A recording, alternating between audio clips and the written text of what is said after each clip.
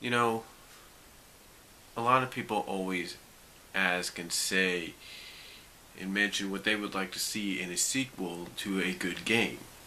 I have a lot of people, there's a lot of people that ask me and in turn ask each other what they would like to see in WWE 2K15, what they would like to see, um, what they would like to see added on, what they would like to see kept, and again, like I said, what they would like to see, added on, what superstars and divas they would like to see added in, things like that. And mostly things that need to be focused on and improved on. Like WWE 2K14, one of the things that I think a lot of people get sick and tired of is the constant freezing and crashing. Especially when you do Universe Mode. With WWE Universe Mode, it seemingly works fine, but it's like if you're going to do Universe Mode, you need to go directly to the game and not go and click on anything else in your menu. Depending on whether you have an Xbox 360 like I do or PS3. You always gotta focus mainly on that game if you're going to do Universe Mode, because the majority of the time it will work from what I've seen. The only exceptions at times will be if you simulate too much, or if you try to, on occasions, change a match. And again, if you go directly to the game and you try to change a match to maybe a title match, with a championship that is not one of the championships on your show's roster or on your show's programming, then it might work.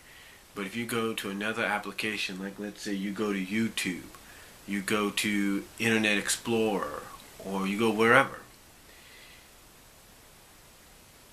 a percentage, I'm not going to say what kind of percentage, but there is a decent percentage of amount. There's a decent percentage of time that when you go from them and then go to your game and then you go to Universe Mode and you try to switch up, that it will freeze.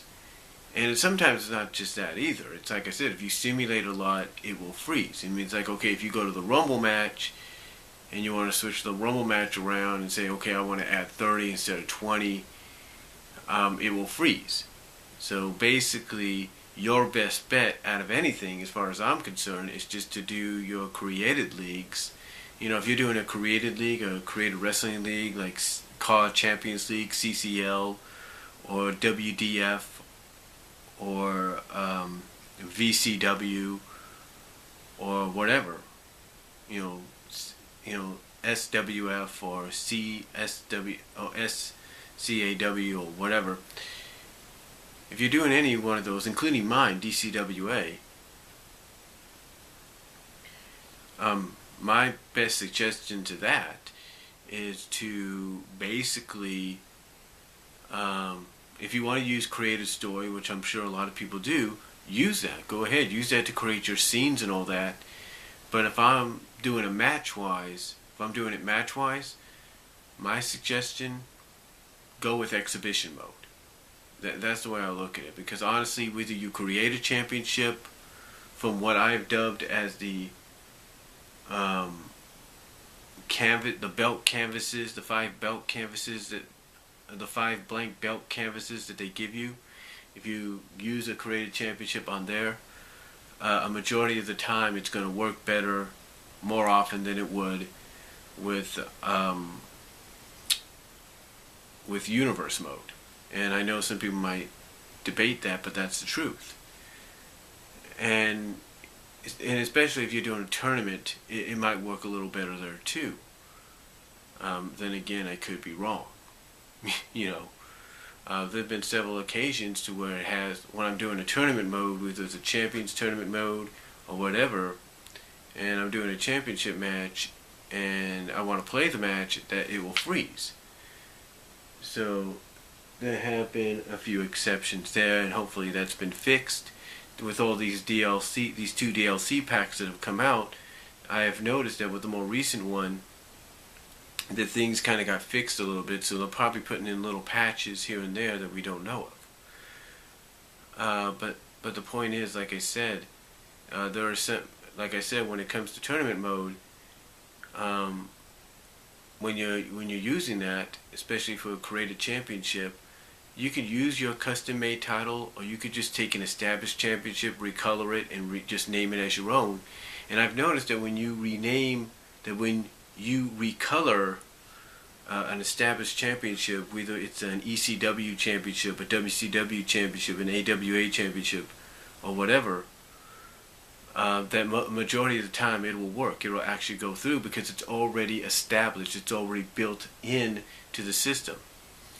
And I think the problem when it comes to the, original titles that you would make from the blank, by using one of the 5 blank belt canvases, I noticed that it kind of hurts it a little bit, because whether or not you've got the game from Games on Demand, or you've installed the game onto your system, sometimes it might cause it to freeze, because it's got to gather all that information in that you put onto that belt. So I think the best choice, in my opinion, the best choice to go with would be just to do what you did with last year's game, and just recolorize a lot of the established championships. I know that sounds cheap, but that's the best thing to do, especially if you're going to do a gauntlet, like a Gold Rush tournament. That's the best thing to do. But that's just my opinion. But again, I've noticed that exhibition mode works a lot better when you want to do your created leagues. Again, you can use the creative story mode in the creation suite, and that's great. You can go ahead and use that, and that'll probably work. But my suggestion, just use that for the cutscenes. Means that you want to employ into your, let's say, your weekly or bi-weekly episode of your created leagues show, like your Raw show, or your Thunder show, or your SmackDown show, or your Nitro show, or your Adrenaline show, if you will, or your Superstar Clash show, whatever you want to call it. Just employ what you need for the cutscenes, and then go with what you feel. If you want to put maybe a match in there or two to work within that cutscene, then that's fine. Go ahead and do that. But again, that's just my suggestion, because it obviously works a lot better. The other thing that I know a lot of fans want to see improved, including me, is the music. I mean, I know we got a music jukebox in the game, but quite honestly, it's kind of you're kind of mix matching a lot of the theme songs, and you're overriding other people's custom theme songs for their characters. My theme song for my created character is the theme song to Hulk Hogan's Rockin' Wrestling cartoon, and I've used that since last year's game, and apparently, the difference between last year's game and this game is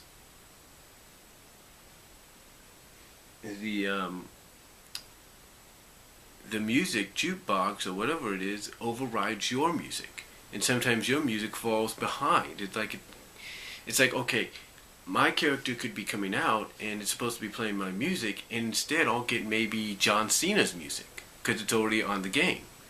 And then all of a sudden, let's say my opponent will come out and they'll have a mixture of my music and maybe their music, or just my music. Or maybe their music will come on, and then all of a sudden, as we're loading, getting ready to go into the match, let's say it's a championship match, my music will start. So that's one thing that needs to be patched up, with this game. That's one thing that needs to be patched up, and definitely needs to be focused on for 2K15. And, just a few other items as well. And hopefully, maybe with this third DLC pack coming out next month, that we'll get that patch. We'll get maybe we'll get a patch coming along those lines as well. Because I'm sure 2K Sports is getting a lot of complaints about this. Uh, a lot of complaints about what I've mentioned. You know, um, but besides that, besides some of the flaws that I've mentioned, like I said, the best in universe mode it works. At times it does work when it wants to work, especially if you play the certain matches that are already in there. It does work. The only problem, like I said, is sometimes it'll either freeze on you when you want to change a match up and make it either a title match or an Extreme Rules match and you want to change the participants. Sometimes it'll freeze up. And especially if you've been on other applications before you've gone into the game, or you've simmed a lot, simulated most of the events or most of the matches and stuff, it will do that. So, and I know I'm not the only one that deals with that right now. But a majority of the universe mode, it's kind of like, how do I put this? Universe mode is 75-25. 75% of the time it works if you don't do anything, but when you try to, and 25% of the other time it doesn't, especially when you want to change things up a little bit. Like I said, change matches, change the participants, make a title match, whatever. But again, I've noticed that 5% of that 25% disappears when you just go straight to the game. So hopefully it'll be something that they'll work out in the end, patch it up, whatever.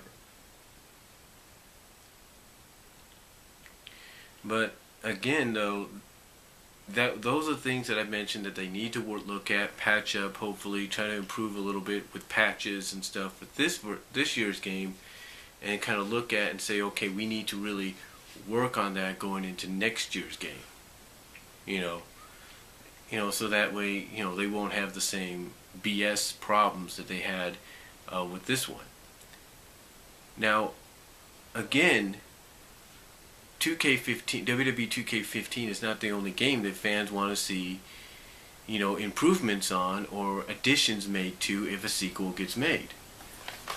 Another one, of course, is Injustice. Now, this here is the Ultimate Edition. But here's the thing about Ultimate Edition or Regular Edition. The Regular Edition basically gave you down the line, it gave you all these characters right here in front, which is Zod, Batgirl, Lobo, Zatanna, and Martian Manhunter. Throughout time, after the original Injustice's game's release, after the original Injustice game release, the first edition, the original edition of Injustice came out. Through the next month or two, they gave you these characters to download. And now with the Ultimate Edition, you have these characters right off the bat, along with everything else, from the skins to the alternate costumes and stuff like that. And that's why fans, even though they may have Injustice already, either by getting it from Games on Demand or physically buying the disc, whatever, that is why they will go out and physically buy the Ultimate Edition or go on a Games on Demand and download the game, download the Ultimate Edition, because you get everything, you get the same story, you get everything.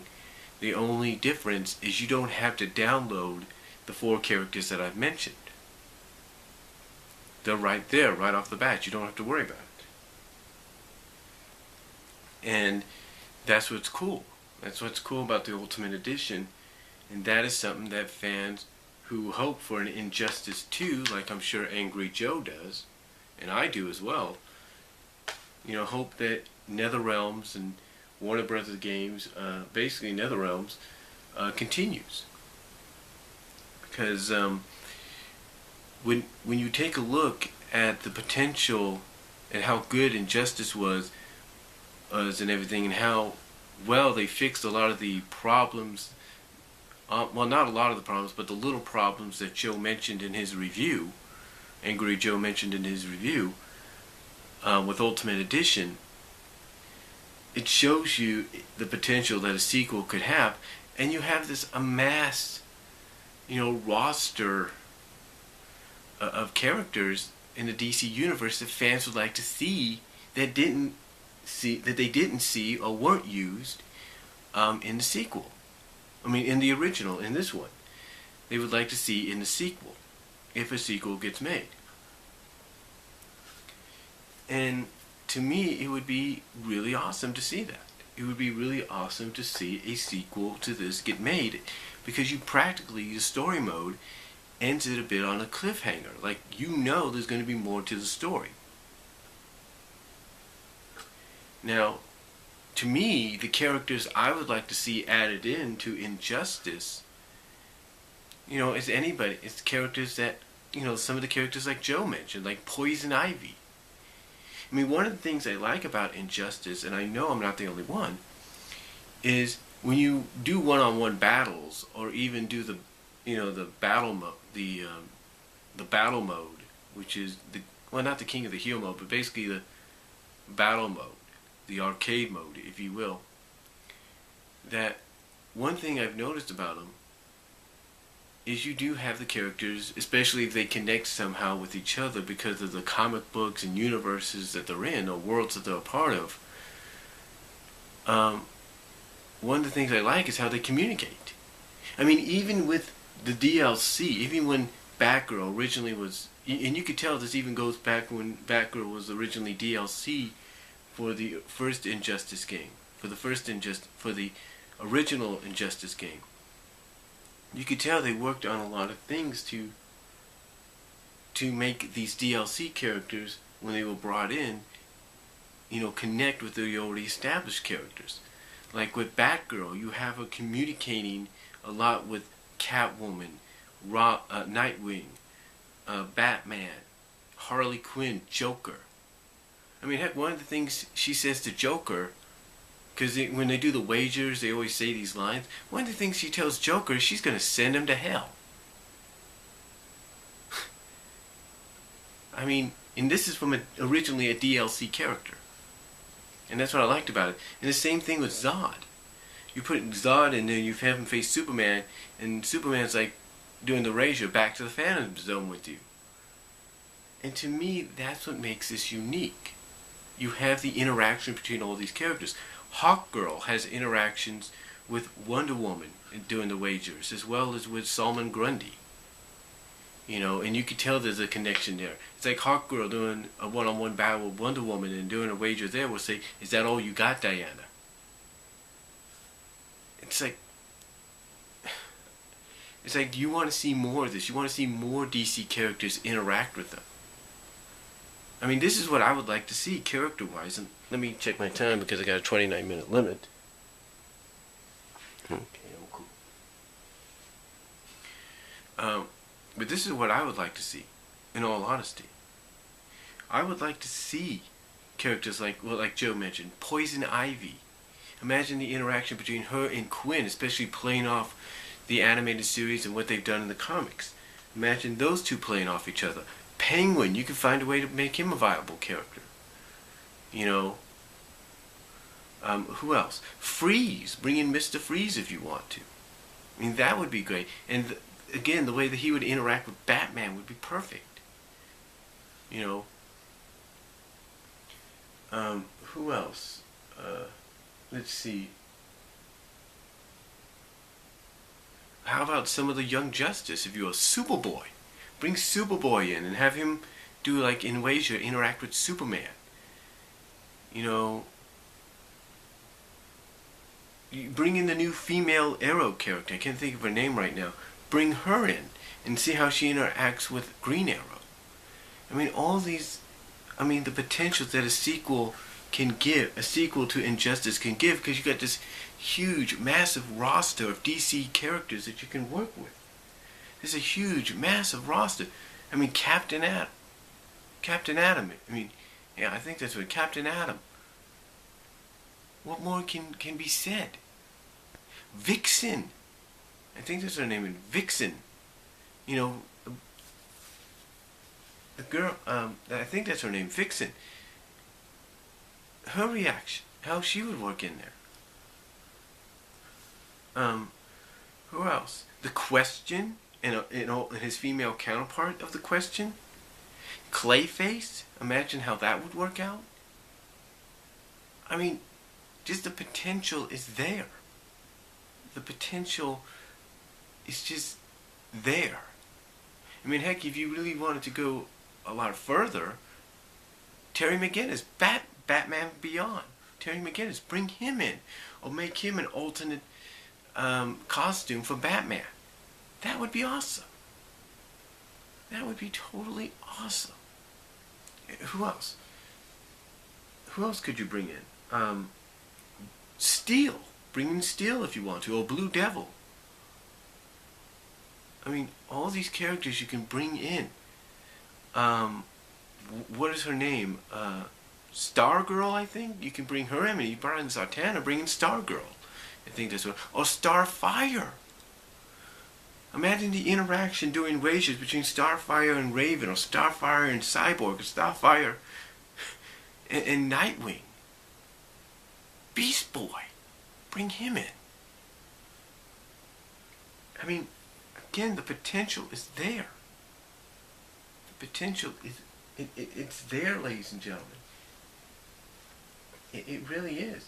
Two-Face, for example, one of my nephew's favorite Batman villains, Two-Face, bring him in. I mean, again, you just got this huge roster. I mean, I'm looking up at my Marvel poster right now, and if NetherRealm struck a deal with Disney and Marvel to do a game similar to what they've done with Injustice, they got a huge roster to work with there. And that's what I'm talking about. A second Injustice game, you can add in all these characters. I mean, take a look at some of the characters you had in the background, like Giganta, or Parasite, or Darkseid. I mean, just imagine the potential that can be done with these characters if you add them in as playables. I mean, it would be huge. I mean, it would be really huge. It would be really awesome to see. And the environments, the arenas, the environment arenas you could use for these. You know what I'm saying? You could use Apocalypse as an environmental arena. You know, you could use, God, what else? You could use Central City as an arena. You could use that. I mean, all these other places of these characters that I've mentioned. And speaking of characters, how about Static Shock? You've established him as a DC character. Bring him in. I mean, and if you want to do DLCs, heck, DLCs, you got the whole roster of DC characters is unlimited. Supergirl would be a great DLC, or heck, you can put Supergirl right into the game. Or you can make her DLC. And you've got other costumes and versions of her you can make as alternate skins and stuff to go with a DLC version of her, or an already in-game version of her. You got the current version. You've got her now Red Lantern version. You've got her version from the 80s and the 90s. You've got her Justice League Unlimited Superman animated series version. Bring her in. You even have her version from Superman, Batman Apocalypse, and Unbound. I mean, again, it's just, I mean, the potential is there. It just needs to be grabbed upon. The potential for that sequel is there. It just needs to be grabbed. It just needs to be, whoever's in charge, whoever came up with the game and NetherRealms needs to take advantage of that. I mean, you got a whole litter of characters. A whole litter. You got that that Morphe guy. I can't think of his name, that is now portrayed as a villain. You can work off that, put him in the villain area. Ink from Batman Beyond. There you go. Perfect. Just like Clayface, the potential. I mean, again, like I said, the library is huge for them to work off of. It really is. It's just, the library is just, it's just huge. And I can't think of any other character. I can't think of any other library besides Marvel, from a comic standpoint, that would really benefit, you know, from a sequel to the most popular, to a game based on the universe, could benefit more. And again, DLCs, like I said, you can work in a lot of characters for DLC. You know, you can work in someone like Aqualad as a TLC, as a DLC. You know, you can work him in. You can, I mean, heck, you want to do something wild? You want to do something out of the ordinary? DLC wise, you took Scorpion from Mortal Kombat, you put him in. Here's what you can do with someone outside of the DC franchise, but looked at as a hero and sometimes made fun of or parodied or is parodied or whatever, but is still looked at as a superhero. Captain Planet. Imagine him being in the sequel. I mean, again, the potential is there. Potential is really there for an Injustice sequel because of that library you have and the potential you could work with. I mean, just the thought just blows my mind. You know? And again, the library is like a who's who of superheroes. Heck, if you want to, DLC wise, like I said, you can either go with Supergirl as a DLC or is it already established in-game character. DLC, you can go with Aqualad. You know? DLC, you can go with Captain Planet if you want to do an outside character like you did with Scorpion. Or heck, here's a DLC character for you, something that a lot of people would like to see happen. Lois Lane. That's right. Bring in Lois Lane as a playable character. See what she would do. I mean, it's established already in the past continuities of DC that she does obtain superpowers somehow. Why not bring her in and give her some kind of special ability? I mean, it would be interesting. I mean, think about that. It would be interesting. It really would be. I mean, you've got so much to work off of. You know, you got so much to work off of. I mean, Red Tornado is a good one. You know, you've got Fire and Ice you can work with. Hawk and Dove. Like I said, you got Stargirl you can work with, I think, and her robot husband or father or whatever. You got all these characters you can work with. You do. And the library is just huge. The potential is just huge. And I think if they dig deeper when they do a sequel, and I feel they're going to, NetherRealms does a sequel to this, they dig a lot deeper into that DC library, they're going to see not just the characters I've mentioned, but a lot more. Granny Goodness is Granny Goodness is another potential character that could be used in the game. I mean, think about it. Think how good that would be.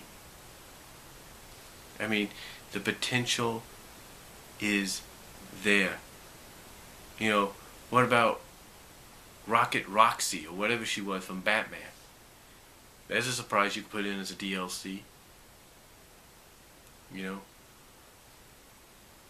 I mean, the potential. Terra from Teen Titans. There you go.